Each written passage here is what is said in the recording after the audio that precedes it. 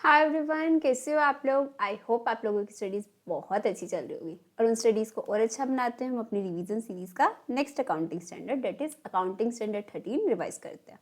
Accounting for investments.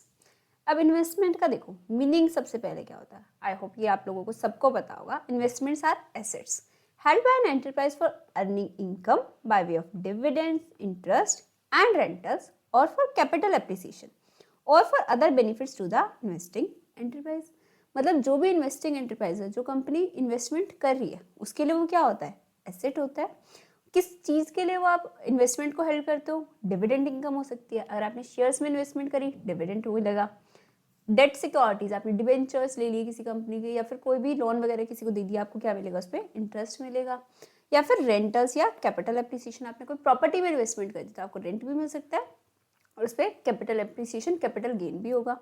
और for other benefits, assets held as stock in trade, inventory are not investment. एक चीज बताओ, inventory का आपकी इन्वेस्टमेंट होती है? नहीं, इन्वेंट्री तो हेल्ड फॉर सेल होती है। कौन से एएस के according? It is an accounting standard 2।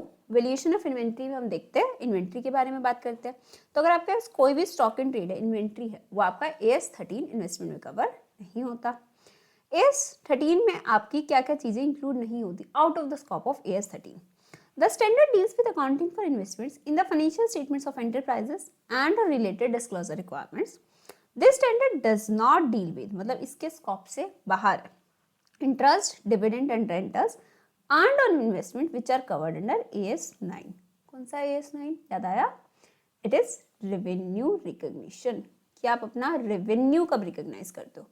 Revenue का मतलब क्या होता है, जो आपकी ऑर्डिनरी कोर्स ऑफ बिजनेस से इनकम आती है।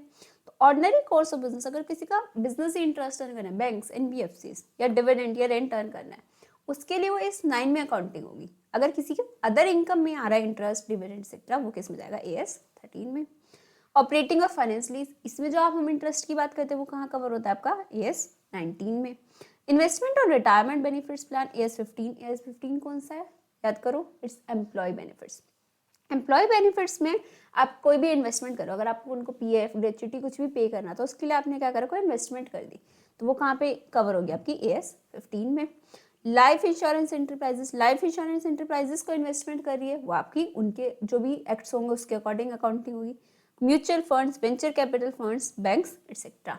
इंपॉर्टेंट है आपका, इस पे क्वेश्चन फ्रेम हो जाता है। जैसे सपोज कोई बैंक है, अगर वो बैंक अकाउंटिंग जो कर रहा है इन्वेस्टमेंट की, बैंक ने जो भी इन्वेस्टमेंट्स कर रखी है उसमें एएस 13 फॉलो नहीं कर रहा, तो क्या वो आपका एएस का नॉन कंप्लायंस है? नो, क्योंकि बैंक्स पे एएस 13 एप्लीकेबल ही नहीं होता। एज फार एज वो अपना बैंकिंग एक्ट और आरबीआई की गाइडलाइंस को फॉलो कर रहा है, वो कोई नॉन कंप्लायंस नहीं कर रहा। ठीक है, तो इन पे आपका एएस 13 एप्लीकेबल नहीं होता। अब आपका आता है कॉस्ट ऑफ इन्वेस्टमेंट। हम हर एसेट को इनिशियली हमेशा किस पे रिकॉग्नाइज करते हैं, कॉस्ट पे। कॉस्ट का मतलब क्या होता है, the cost of an investment include acquisition charges such as brokerage fees and duties. आपने जो भी परचेज प्राइस पे करा, सपोज आपने शेयर्स परचेज करे, तो शेयर्स का परचेज प्राइस तो आएगा ही आएगा। देन आपके एक्विजिशन चार्जेस, ब्रोकरेज अगर आपने कोई पे करी, फीस, ड्यूटीज, कुछ भी पेमेंट करी, वो आपकी किस में आ जाएगी, कॉस्ट ऑफ इन्वेस्टमेंट में। If an investment is acquired by issue of securities or exchange of another asset, the acquisition cost is the fair value of securities issued or asset given up.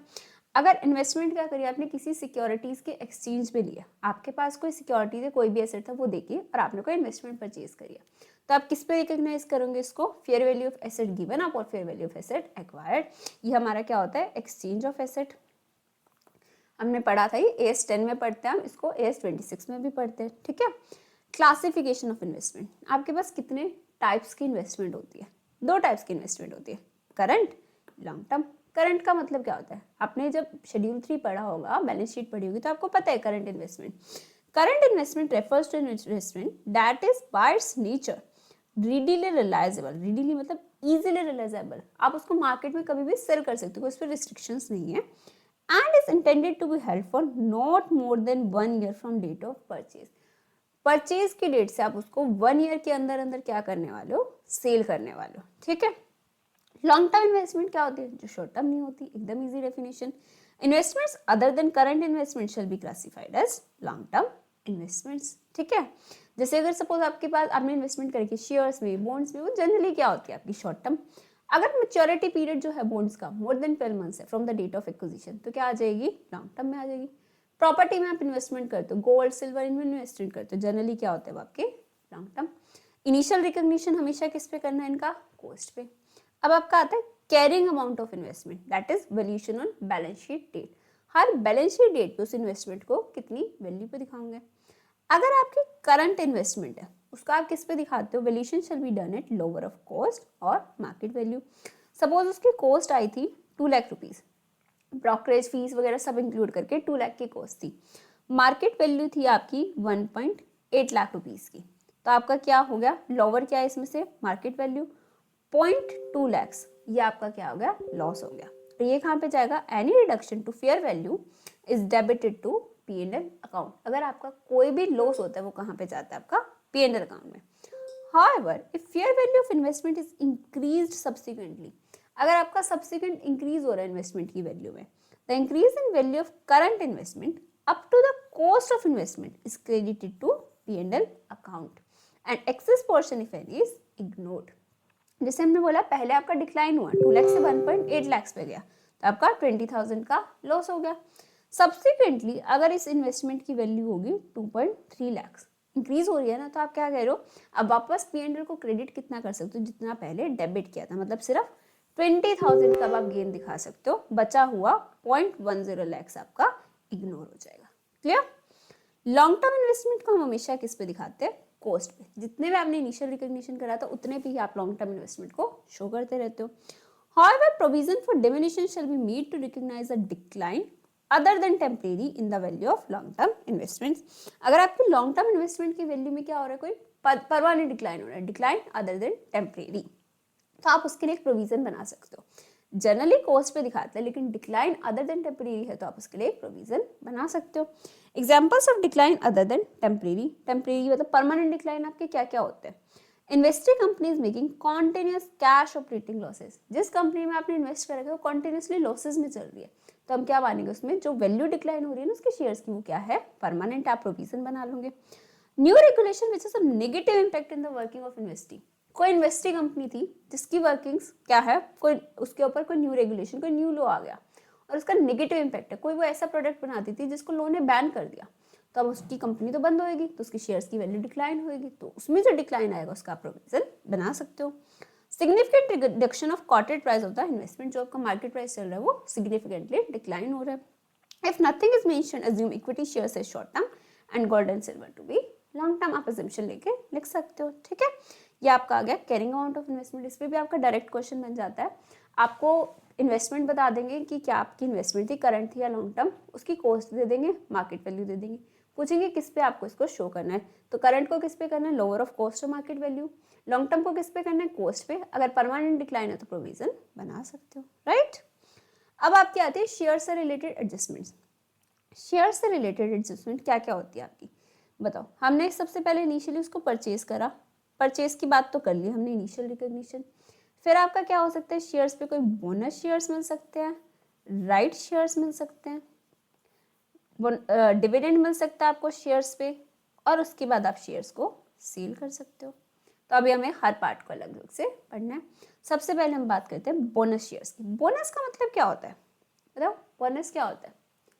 Right, bonus का meaning होता है जो भी shares आपको मिले हैं free of cost. Bonus shares are issued free of cost and thus no accounting will be done for acquisition of bonus shares, only nominal value or number of shares will be written in respective column on date of acquisition। जो भी आप क्या बना रहे थे, अपना investment account बना रहे थे, आपने अपना शेयर्स का अकाउंट बना रखा था, इधर आपने लिख रखी होगी अपनी नॉमिनल वैल्यू मतलब कि फेस वैल्यू, और इधर आपने क्या लिख रखी होगी, शेयर्स की कॉस्ट लिखी हुई होगी। ठीक है, अब जिस दिन आपको बोनस शेयर्स मिले, टू बोनस शेयर्स, आपके फेस वैल्यू तो इंक्रीज हो जाएगी शेयर्स की, लेकिन कॉस्ट में कोई इफेक्ट नहीं आएगा। या फिर आप यहाँ पे नंबर ऑफ शेयर्स भी लिख सकते हो, सेम बात है, आप नंबर ऑफ शेयर्स का कॉलम भी बना सकते हो या फेस वैल्यू का कॉलम भी बना सकते हो। जो भी चीज़ आपने बना रखी है वो इंक्रीज हो जाएगी बोनस से, लेकिन कॉस्ट पे उसका कोई इम्पैक्ट नहीं आएगा। ठीक है, however average cost per share will be declined after issue of bonus shares which will be beneficial during sale of shares after bonus issue। brokerage and stamp duty shall be calculated on purchase price। अब आपका देखो, अगर आपके पास initially 100 shares थे at the rate ₹10, तो आपने investment कितने की कर रखी थी? 1000 की। अब आपको क्या मिल गया? बोनस शेयर्स मिल गए 1:1 की रेशियो में। तो आपको कितने शेयर्स मिलेंगे? 100 शेयर्स बोनस मिल गए। कॉस्ट तो उसकी कुछ लगी ही नहीं है। आपके पास टोटल शेयर्स हो गए 200 और टोटल आपकी कॉस्ट अभी तक कितनी लगी है? 1000। तो आपकी पर शेयर की कॉस्ट कितनी आ जाएगी? 1000 बाय 200 रुपीज 5 पर शेयर। ठीक है, तो आपकी पहले एवरेज कॉस्ट कितनी थी? 10। अब कितनी रहेगी आपकी एवरेज कॉस्ट? 5। अगर आपने ये शेयर सपोज सेल कर दिए ₹12 के अकॉर्डिंग, पहले आपका प्रॉफिट कितने का होता? ₹2 का। अब आपका प्रॉफिट कितने का हो रहा है? ₹7 का। तो आपकी एवरेज कॉस्ट डिक्लाइन हो जाएगी, प्रॉफिट इंक्रीज हो जाएगा। डिस्पोजल ऑफ इन्वेस्टमेंट, ये आपने पढ़ लिया कि आपका इनिशियल रिकॉग्निशन हो जाएगा, investment account debit to bank, जितनी भी आपकी कॉस्ट लगी है। बोनस शेयर्स मिले, investment account debit to bonus shares add कर दोगे। अब आपने अगर उसमें से कुछ सेल करा तो क्या करोगे? सेल करने पे इन्वेस्टमेंट पे कोई भी प्रॉफिट लॉस होता है, कहाँ पे जाता है आपका? बेसिक है P&L अकाउंट में। जो भी आपके डिस्पोजल प्रोसीड्स थी नेट ऑफ एक्सपेंसेस, जो आपके नेट कैश आया, minus carrying amount of units sold, जितनी भी यूनिट्स बेची उसकी कॉस्ट, उसको माइनस करके जो आपका प्रॉफिट या लॉस आएगा वो कहाँ पे जाएगा? आपका P&L अकाउंट में। Carrying amount of unit sold कैसे निकालोगे आप? आपके पास तो अलग अलग डेट्स की परचेजेस होंगी, कभी आपको बोनस मिल रहा है, कभी आपने कुछ भी सेल्स करी है, तो आप कैरिंग अमाउंट निकालोगे कैसे? Total cost by total units into units sold. जैसे कि आपकी टोटल कॉस्ट लगी थी हमारे एग्जांपल में 1000, टोटल यूनिट्स थी 200, यूनिट्स सोल्ड अगर सपोज हम मान लेते हैं आपने कितनी यूनिट्स बेची? 100, तो आपकी कॉस्ट कितनी आ जाएगी? 5 × 100 500 रुपीज। ठीक है, ये आपकी कॉस्ट आ गई। If question specifically states to use FIFO method then don't use above formula. ये तो हमने क्या बेसिस पे लगाया? Average basis. अगर क्वेश्चन आपको कह रहे हैं कि आपको क्या लगाना है? फीफो बेसिस, तो आप फीफो लगाओ। तो आप क्या बोलोगे? जो सबसे पहले परचेज करी थी वो वाली आप सेल कर रहे हो, तो उसमें कॉस्ट कितनी रहेगी आपकी? 100 यूनिट्स हम कौन सी मानेंगे? इनिशियल परचेज वाली आपने सेल कर दी। To calculate carrying cost instead solve according to FIFO method, फिर आप फीफो मेथड से सॉल्व करोगे। आई होप यहाँ तक आपको क्लियर होगा। नेक्स्ट एडजस्टमेंट आती है adjustment for right shares in the books of investment. Right shares का मीनिंग क्या होता है बताओ? राइट शेयर्स का मीनिंग होता है एग्जिस्टिंग शेयर होल्डर्स को न्यू शेयर्स ऑफर करना at a price lower than the market price. Obvious बात है ना, हायर पे तो कोई परचेज ही नहीं करेगा, और अगर आप सेम प्राइस पे दे रहे हो तो भी क्या राइट मिला आपको? मतलब कि आपका लोअर देन क्या होता है? Market price. When right shares are offered or subscribed for, the cost of right shares is added to the carrying amount of original holding. जितने राइट शेयर्स आपने सब्सक्राइब करे उतना आप क्या कर दोगे? ओरिजिनल होल्डिंग में ऐड कर दोगे। अगर सपोज आपकी इनिशियल होल्डिंग थी 100, आपको राइट शेयर्स ऑफर हुए, किस रेशियो में ऑफर हुए? 1:2 की रेशियो में, मतलब 1 फॉर एवरी 2 शेयर्स हेल्ड। तो आपका नंबर ऑफ शेयर्स कितने हो जाएंगे? राइट्स का ऑफर कितना आ गया आपका? 50 शेयर्स का। अब आप इसको क्या कर सकते हो? या तो आप सब्सक्राइब कर सकते हो, परचेज कर सकते हो, या रिनाउंस कर सकते हो। रिनाउंस मतलब अपना राइट किसी थर्ड पर्सन को सेल कर सकते हो। अगर आपने क्या करा, 30 शेयर्स सब्सक्राइब कर लिए और 20 क्या करे? ट्रांसफर कर दिए, रिनाउंस कर दिए, तो ये 30 शेयर्स आपके इंक्रीज हो जाएंगे ना। इसको आप कहाँ पे लिख दोगे? अपने नॉमिनल वैल्यू या नंबर ऑफ शेयर्स वाला जो कॉलम बना रहे थे उसमें लिख दोगे। और जितने पे भी आपने परचेज करे, बोनस तो आपको फ्री में मिला था, राइट? फ्री में नहीं मिल रहा, कुछ कम प्राइस पे मिल रहा है, तो जितने भी प्राइस पे मिल रहा है उसको आप अपनी कॉस्ट में ऐड कर दोगे। ठीक है, और जो भी आपकी इनकम ऑन रिनाउंसमेंट होगी, income on transfer of shares, उसको हम कहाँ ऐड करते हैं? अपने P&L अकाउंट में क्रेडिट करते हैं। तो इन्वेस्टमेंट अकाउंट पे तो इसका कोई इफेक्ट नहीं आएगा। Bank account debit to income on renouncement, income on renouncement to P&L account, तो आपका P&L अकाउंट क्रेडिट होता है। इन्वेस्टमेंट अकाउंट पे तो इसका कोई इफेक्ट नहीं आएगा। तो आप क्या करोगे? इसको अपने वर्किंग नोट में शो करोगे। ये आपको वर्किंग नोट में जरूर शो करना है। ऐसा नहीं है कि इन्वेस्टमेंट अकाउंट में नहीं आ रहा तो इग्नोर कर दो, नहीं, आपको इसको वर्किंग नोट में शो करना है। कभी कभी आपसे P&L अकाउंट बनाने को भी बोल सकते हैं, तो आपको उस पर एंटर करना है। जितना भी आपने शेयर्स रिनाउंस करे उसको जितने प्राइस पे आपने रिनाउंस करा है उतने का P&L में क्रेडिट कर दोगे। ठीक है, देन आपका आता है if right shares are not subscribed for but are sold in the market that is announced, the sale proceeds are taken to P&L account, it will be shown in working note. However, where the investments are acquired on come right basis and the market value of investment immediately after they are becoming X right is lower than the cost for which they are acquired, then sales proceeds from sale of rights shall be transferred to investment account assuming recovery of cost to the extent of such decline. Excess amount if any shall be normally transfer to P&L account. क्या समझ आया? इसमें आपको बोल रहा है अगर आपने कोई इन्वेस्टमेंट करी थी कम राइट बेसिस पे, कम राइट बेसिस मतलब उसमें राइट का एलिमेंट अभी इंक्लूडेड है। आपका ये जो मैं फिगर्स ले रही हूँ स्टडीमेट के फिगर्स है, आपको क्वेश्चन वो समझ आ जाएगा। आपने इन्वेस्टमेंट करी थी कम राइट बेसिस पे 70,000 पे, ठीक है, that is on come right basis. अब उसकी एक्स राइट होने के बाद, राइट शेयर्स इशू होने के बाद, राइट का एलिमेंट हटने के बाद उसकी वैल्यू कितनी रहेगी? 60,000 is your x right value, right. तो आपका डिक्लाइन कितने का हुआ इसमें? 10,000 का डिक्लाइन हुआ। अब आप कह रहे हो ये राइट शेयर्स के कारण हुआ ना, तो हमें भी तो राइट का ऑफर मिला हुआ ना, उस राइट को अगर हमने कर दिया रिनाउंस, सपोज उस रिनाउंसमेंट पे आपकी इनकम हुई 12,000 की,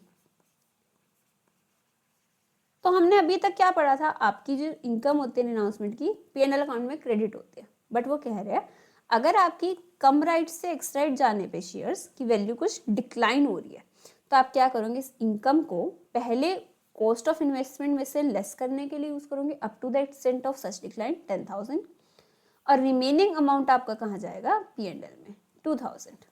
तो आपकी एंट्री क्या बन जाएगी? Bank account debit 12,000 to investment account 10,000 to P&L account 2,000। ठीक है, ये आपको कब करना है? जब आपको कम राइट एक्स राइट अलग से बता रखा हो। If no information regarding come right and ex right market price is given, then simply transfer sale proceeds from sale of right to P&L account। अगर कम राइट एक्स राइट की कोई बात नहीं करा तो सिंपली अपनी सेल प्रोसीड्स P&L अकाउंट में transfer कर दो। आई होप यहाँ तक क्लियर होगा। नेक्स्ट इसमें एडजस्टमेंट है शेयर से रिलेटेड, लास्ट एडजस्टमेंट है ये adjustment for dividend in books of accounts. Dividend देखो आपका दो टाइप्स का होता है, पहले हम बात कर रहे हैं फाइनल डिविडेंड की। अब आप मेरे को एक चीज बताना, अगर ये आपकी टाइमलाइन है, 1 अप्रैल 23 को आपके पास शेयर्स थे 10,000 शेयर्स थे, ये आपका है ओपनिंग बैलेंस। आपने क्या करा, 30 अप्रैल 23 को नेक्स्ट परचेजेस कर लिए 5,000 शेयर्स की, ये आपने करे परचेज। आपका डिविडेंड डिक्लेयर हुआ 15 जून 23 को, डिविडेंड डिक्लेयर हुआ, और डिविडेंड आपका कौन से पीरियड के लिए हुआ है? फाइनल डिविडेंड हम पिछले साल का इस साल में डिक्लेयर करते हैं, ये आपका डिक्लेयर हुआ है इस पीरियड के लिए, दैट इज 2022-23 के लिए। तो आपको देखना है कि ये जो आपको डिविडेंड मिल रहा है, सपोज इनकी फेस वैल्यू मान लेते हैं 10 रुपीज़, इसकी भी फेस वैल्यू थी 10 रुपीज़, डिविडेंड तो हमेशा फेस वैल्यू पे मिलता है, और डिविडेंड आपको कितना मिल रहा है? @10%। तो आप देखो जिस पीरियड के लिए डिविडेंड मिल रहा है तब आपके पास कौन से शेयर्स थे? तब आपके पास सिर्फ ये ओपनिंग शेयर्स थे ना, 10,000 शेयर्स इंटू 10 वाले। तो आप क्या करोगे, जो आपके ओपनिंग शेयर्स पे फाइनल डिविडेंड मिलता है कितना? 10,000 शेयर्स थे 10 की फेस वैल्यू वाले, और उस पर आपको डिविडेंड मिलेगा 10% का मतलब कि ₹10,000। इसको तो आप क्या कर दो, P&L में क्रेडिट कर दो, ठीक है, वो तो आपकी हो जाएगी इनकम। बट आप ये बताओ, ये जो शेयर्स आपने इस साल परचेज करे हैं, अब तो कंपनी के रजिस्टर में इस आपके नाम से रजिस्टर है, लेकिन ये डिविडेंड जब के लिए मिल रहा है तब क्या आपके पास वो शेयर्स थे? नहीं थे। तो आप क्या मानोगे, ये जो शेयर्स आपने परचेज करे थे ना, जो इसमें परचेज आपने पेमेंट करी थी, उसमें कुछ ना कुछ पार्ट डिविडेंड का भी था। तो आप जो भी शेयर्स परचेज करे हैं उसके रिगार्डिंग जो डिविडेंड होगा वो उस कॉस्ट में से लेस कर दोगे। आपके 5,000 शेयर्स इंटू 10% आपका अमाउंट कितना आ जाएगा? ₹5,000। इसको आप क्या करोगे, कॉस्ट ऑफ इन्वेस्टमेंट में से डिडक्ट करोगे। तो आपका जो ये इन्वेस्टमेंट अकाउंट होता है ना, इधर आपका डेट का कॉलम होता है, आपका फेस वैल्यू का कॉलम होता है, एंड देन आपका कॉस्ट का कॉलम होता है। तो आप ये वाला जो डिविडेंड है जो आपका शेयर्स परचेज्ड से रिलेटेड है, उसको यहाँ पे लिखोगे बाय बैंक, और अपनी कॉस्ट में से 5,000 लेस कर दोगे। जो ये वाला डिविडेंड था आपका ओपनिंग शेयर्स वाला, इसका आपका इन्वेस्टमेंट पे कोई फर्क नहीं आएगा। इसको आपको कहाँ ट्रांसफर करना है? P&L अकाउंट में। तो आप इसके लिए एक सेपरेट डिविडेंड का कॉलम भी बना सकते हो, इधर अपना डिविडेंड का अमाउंट लिखो, इधर P&L में ट्रांसफर कर दो, या फिर उसके लिए आप 2 सेपरेट कॉलम्स बनाने की जगह उसको वर्किंग नोट पे भी दिखा सकते हो, ठीक है, आप कैसे भी कर सकते हो। लेकिन ओपनिंग शेयर्स का डिविडेंड P&L में जाएगा, फाइनल डिविडेंड, और जो आपका shares purchase during the year है, जिसका आपको पिछले साल का डिविडेंड मिल रहा है, वो कहाँ पे जाएगा, आपका इन्वेस्टमेंट में से लेस हो जाएगा। अब आपकी बात आती है, अगर 15 जून 23 से पहले कोई आपके बोनस या राइट शेयर्स इशू हुए होते, यहाँ पे सपोज 15 मई 23 को कोई बोनस शेयर्स इशू हुए होते या फिर कोई राइट शेयर्स इशू हुए होते, क्या उस पर आपको पिछले साल का डिविडेंड मिलेगा?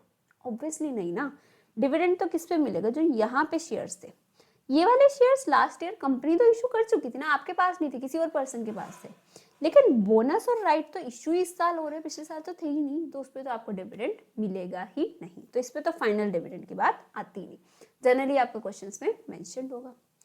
अब बात आपकी आती है इंटरिम डिविडेंड की। इंटरिम डिविडेंड का क्या करना है आपको? इंटरिम डिविडेंड तो करंट ईयर के लिए मिला है, करंट प्रॉफिट से मिला है, तो वो आपका करंट पीरियड, सपोज यहाँ पे आपका ये डिविडेंड डिक्लेयर हुआ था करंट ईयर के लिए, तो आपका जितना भी अभी तक आपके शेयर्स है, चाहे वो ओपनिंग शेयर्स हो, चाहे परचेज वाले हो, चाहे बोनस राइट हो, सब पे वो डिविडेंड मिलेगा और कहाँ पे जाएगा, आपका P&L अकाउंट में, ठीक है। इसको रीड कर लो। ओपनिंग शेयर्स का डिविडेंड P&L अकाउंट में जाता है, shares purchase during the year but before declaration of dividend cost of investment में से लेस होता है। बोनस एंड राइट शेयर्स जो इशूड होते हैं उन पे कोई डिविडेंड नहीं मिलता आपको, लेकिन इंटरिम डिविडेंड सब पे मिलता है, इंक्लूडिंग बोनस एंड राइट, और वो कहाँ पे जाता है, आपका P&L अकाउंट में, ठीक है। तो यहाँ तक आपकी शेयर्स की एडजस्टमेंट खत्म हो गया। आई होप आपको समझ आ रहा होगा। नेक्स्ट आपकी आती है एडजस्टमेंट फॉर इंटरेस्ट, मतलब डेट सिक्योरिटीज की बात करेंगे। Interest on debt securities and concept of x and come interest. आपको क्या देखना होता है, सेम आपका डेट सिक्योरिटीज के केस में होगा, पोस्ट एक्विजिशन इंटरेस्ट हो सकता है, प्री एक्विजिशन इंटरेस्ट हो सकता है। जैसे हमने जो डिविडेंड देखा था, अगर आपका क्लोजिंग शेयर्स में था, मतलब कि ओपनिंग शेयर्स जो आपके इस साल ओपनिंग शेयर्स है, उस पर कोई डिविडेंड, उसको बोलते हैं पोस्ट एक्विजिशन। और उससे पहले वाला क्या होता है, प्री एक्विजिशन, तो उसको हम कहाँ से लेस करते हैं, कॉस्ट में से। सेम आपका है, अगर कोई सिक्योरिटीज, एक एग्जांपल लेते हैं, आपकी इंटरेस्ट पेमेंट की डेट थी 31 दिसंबर लेते हैं एग्जाम्पल के लिए। आपने बोला 31 दिसंबर 23 को आपके इंटरेस्ट की पेमेंट हुई, ठीक है। आपकी ड्यू डेट थी 30 जून और 31 दिसंबर, ठीक है। आपका 31 दिसंबर वाला इंटरेस्ट पे हुआ। आपने शेयर्स परचेज करे 1 अप्रैल 24 को, शेयर्स परचेज करे, सॉरी अभी शेयर्स पढ़े हैं ना, तो माइंड में शेयर्स ही चल रहा है। हमने क्या परचेज करे, डिबेंचर्स परचेज करे। फॉर एग्जांपल डिबेंचर्स कब परचेज करे, 1 अप्रैल 2024 को। लास्ट उस पर इंटरेस्ट कब मिला था, 31 दिसंबर को। हमें नहीं मिला था, हमने तो अभी परचेज करे, जिस भी पर्सन के पास उस टाइम तो उसको इंटरेस्ट मिला था। अब इस पर नेक्स्ट इंटरेस्ट मिलेगा 30 जून 24 को, ठीक है जी। अगर सपोज आपके डिबेंचर्स थे 1 लाख रुपीज़ के, 1 लाख का ही अमाउंट है और इस पर आपका इंटरेस्ट का रेट था 10% पर एनम, राइट। तो आप एक चीज़ बताओ, यहाँ पे आपको कितना इंटरेस्ट मिलेगा? 1 लाख के डिबेंचर्स थे, 10 का रेट था और 6 मंथ्स का आपको इंटरेस्ट मिल जाएगा, मतलब कि 50,000 का आपका इंटरेस्ट आपको इस यहाँ पे रिसीव होएगा, क्योंकि कंपनी तो यहाँ पे आपको पे करेगी ना, आपके नाम, आप उसके रजिस्टर में रजिस्टर्ड हो, उसको नहीं पता आपने कब परचेज करे। आज आपके नाम पे वो डिबेंचर्स इशूड है, तो वो कंपनी आपको 50,000 पे कर देगी। लेकिन क्या वो 50,000 पूरा पूरा आपका इंटरेस्ट बनता है? क्या ये जब आपने परचेज करे, जिससे परचेज करे उसको नहीं पता था आपको इंटरेस्ट मिलेगा इन 3 मंथ्स का? जो बनता किसका था, इस वाले बंदे का। सपोज मिस्टर एक्स ने मिस्टर वाई को डिबेंचर सेल करे, तो मिस्टर एक्स को पता है ना वाई को सेल करते टाइम की 3 महीने का तो मेरा इंटरेस्ट एक्टिव हो चुका है, जो अभी मेरे को नहीं मिलेगा। तो वाई को क्या बोलेगा, मेरे को पहले पेमेंट करो उस इंटरेस्ट की। तो इस 25,000 में से 3 मंथ्स का इंटरेस्ट, 3 मंथ्स कैसे, जनवरी फेब मार्च, वो आपका हो जाएगा प्री एक्विजिशन, मतलब कि 1 लाख इंटू 10/100 इंटू 6/12 या इंटू 3/12, यहाँ पे आपका कितना आ जाएगा 25,000। ये आपका हो गया प्री एक्विजिशन। प्री एक्विजिशन मतलब कि आपने इसकी कॉस्ट में पेमेंट करी होगी, तो इसको आप कहाँ से लेस कर दोगे, कॉस्ट ऑफ इन्वेस्टमेंट में से। जो प्री एक्विजिशन इंटरेस्ट होता है, जितना इंटरेस्ट एक्रू हो चुका एक्विजिशन डेट से पहले, वो आपका लेस हो जाता है कहाँ से, आपकी इंटरेस्ट की कॉस्ट से, मतलब इन्वेस्टमेंट की कॉस्ट से। और पोस्ट एक्विजिशन वाला आपका क्या होता है, P&L में क्रेडिट हो जाता है, राइट। अब आपका एक कंसेप्ट आता है एक्स इंटरेस्ट और कम इंटरेस्ट। एक्स इंटरेस्ट का मतलब होता है एक्सक्लूडिंग इंटरेस्ट, जो आपने पेमेंट करी। सपोज अगर आपने ये डिबेंचर्स कितने के परचेज करे थे, 90,000 के, ठीक है। अगर क्वेश्चन कह रहा है ये आपका एक्स इंटरेस्ट है, मतलब कि इसमें इंटरेस्ट इंक्लूडेड नहीं है, तो आप जब अपना इन्वेस्टमेंट अकाउंट बनाओगे, यहाँ पे जब आपका ये इंटरेस्ट का कॉलम होगा, फेस वैल्यू का कॉलम होगा, कॉस्ट का कॉलम होगा। अगर ये 90,000 थे एक्स इंटरेस्ट, तो आप 25,000 25,000 जो हमने इंटरेस्ट कैलकुलेट करा इंटरेस्ट में लिखोगे और 90,000 लिखोगे कॉस्ट में। लेकिन अगर ये 90,000 आपको क्वेश्चन में बोलता क्या था, कम इंटरेस्ट। कम इंटरेस्ट मतलब इसी कॉस्ट में ही इंटरेस्ट इंक्लूडेड था, अलग से नहीं पे किया हमने, तो आप यहाँ पे कितना लिखते अपना 65,000। आप मानते कि इसमें से 25,000 का इंटरेस्ट पे किया और बाकी इन्वेस्टमेंट की पे किया, ठीक है। यहाँ तक आई होप आपको समझ आ गया होगा। एक्स इंटरेस्ट, कम इंटरेस्ट, सिर्फ इतना ही फर्क होता है। आपका एक्स इंटरेस्ट मतलब उसमें से इंटरेस्ट इंक्लूडेड नहीं था, वो अलग से कॉस्ट पे करी, और कम मतलब उसी में इंटरेस्ट इंक्लूडेड है, राइट। ये आप एक बार एग्जांपल्स रीड कर लेना, अपने कुछ पॉइंट्स याद रखने आपको। अगर market value of closing units कम है कॉस्ट से, तो लॉस आपका P&L में चला जाएगा। तो पता है हमें शॉर्ट टर्म को आप करंट इन्वेस्टमेंट को किस पे दिखाते हैं, लोअर ऑफ कॉस्ट और मार्केट वैल्यू डिफरेंस P&L में, या आपको वर्किंग नोट में दिखाना है। अगर आपको क्लोजिंग प्राइस दे रखा है ना शेयर से डिवेंचर्स का, तो आप कैलकुलेट करोगे कॉस्ट और market value which ever is lower, जो लोअर आ रहा है वो उस पर दिखाओगे। 80-90% आपकी कॉस्ट कम होगी, लेकिन कभी कभी आपकी मार्केट वैल्यू कम हो सकती है, तो आपको वो P&L अकाउंट में डेबिट करना पड़ेगा। Read complete question at once to check rate and date of interest. आपकी डेट ऑफ इंटरेस्ट अलग अलग हो सकती है, जैसे हमने कभी बोला कि 30 जून और 31 दिसंबर को पे करे थे, या हो सकता है 30 सितंबर 31 मार्च को पे करे, वो चेक करो। किस रेट से कर रहे हैं वो चेक करो। ईयर एंड कब का है आपका, कैलेंडर ईयर है, फाइनेंशियल ईयर है, वो देखो। ब्रोकरेज, कई बार वो बिल्कुल एंड में बोलते हैं 2% ब्रोकरेज पे कर रहे हैं, आप स्टार्टिंग से एंट्रीज करे जा रहे हो सेल परचेज की, तो गलत हो जाएंगी। तो ब्रोकरेज आपको पूरा क्वेश्चन पढ़ के पता चलेगी। फीफो मेथड यूज करना है, वेटेड एवरेज, वो आपको पता होना चाहिए। तो आपको पूरा क्वेश्चन एक बारी में रीड करना है।